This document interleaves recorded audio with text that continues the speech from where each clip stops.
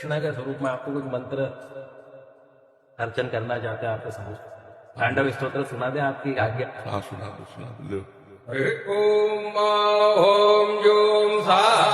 ओम भूर्भुवः स्वाहा ओम त्र्यंबकं यजामहे सुगन्धिं पुष्टिवर्धनम् उर्वारुकमिव बन्धनं मृत्योर्मुखे यमामृतात् ओम स्वाहा भुवः ओम सः ओम मृत्युंजयाय नमः महाकालेश्वराय नमः नीलकंठेश्वराय नमः रावणकृत श्रीश्वताण्डवस्तोत्रद्वारा अर्चनम्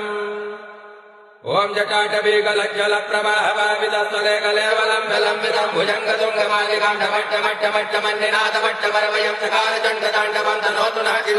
जटाकटा सम्भ्रमा भ्रमण्डलं पनिर्जने विलोलपि शिवल्लरी विराजमानमूर्धने धगद्धगद्धगज्ज्वल लाटपट्टपावके किशोरचन्द्रशेखरे रतिप्रदक्षिणं धराधरे नन्दने विलासबन्धु बन्धुरत्पुरद्दिगन्तु सन्तते प्रमोदमानमानसे कृपाकटाक्ष धोरणे निरुक्तदुर्धरापदे क्वचिद्दिगम्बरे मनो विनोदमे तु वस्तुने जटा भुजङ्ग पिङ्गलत्पुरत्मणा मणिप्रभा कदम्बकं कमत्रवा प्रयत्नदिग्वधूम्